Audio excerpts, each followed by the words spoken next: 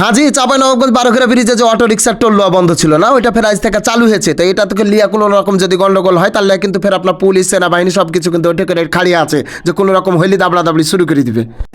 এত গ্যাঞ্জাম কেন জানো আজকে? হ্যাঁ, অটোর আজকে নিচ্ছে, আজ থেকে শুরু হয়েছে অটোর নেওয়া, টোল নেওয়া। অটো টটো সবেরই টোল নিচ্ছে আজকে, সাইকেলেরও নিবে। অটোওয়ালারা কয়দিন খুব খুশি ছিল, একটা প্যাসেঞ্জার লিয়েও ওপার চলে যেত ভাগাম করে, কিন্তু এখন বাস আপনার আর যাইতে পারবে না। কেউ কেউ ফের আপনার ভাড়া বাড়িয়ে দিতে পারে, কিন্তু ভাড়া বাড়াবেন না, কারণ হচ্ছে যে যখন টোল ছিল না তখন কিন্তু আপনারা 1 টাকাও ভাড়া কমাননি, নাহলে দায় বেড়ে দিব।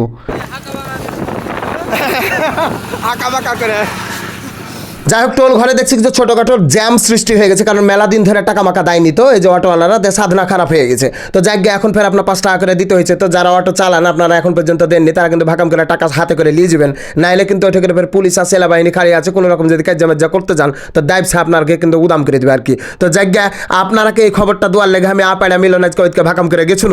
তা আপনারা যারা প্রথমে ভিডিওটাকে দেখলেন তারা কিন্তু পাকাম করে একবার ভিডিওটাকে শেয়ার করে দিন, পেজটাকে লাইক ফলো করে সবকে জানিয়ে দেন যে এই কাম।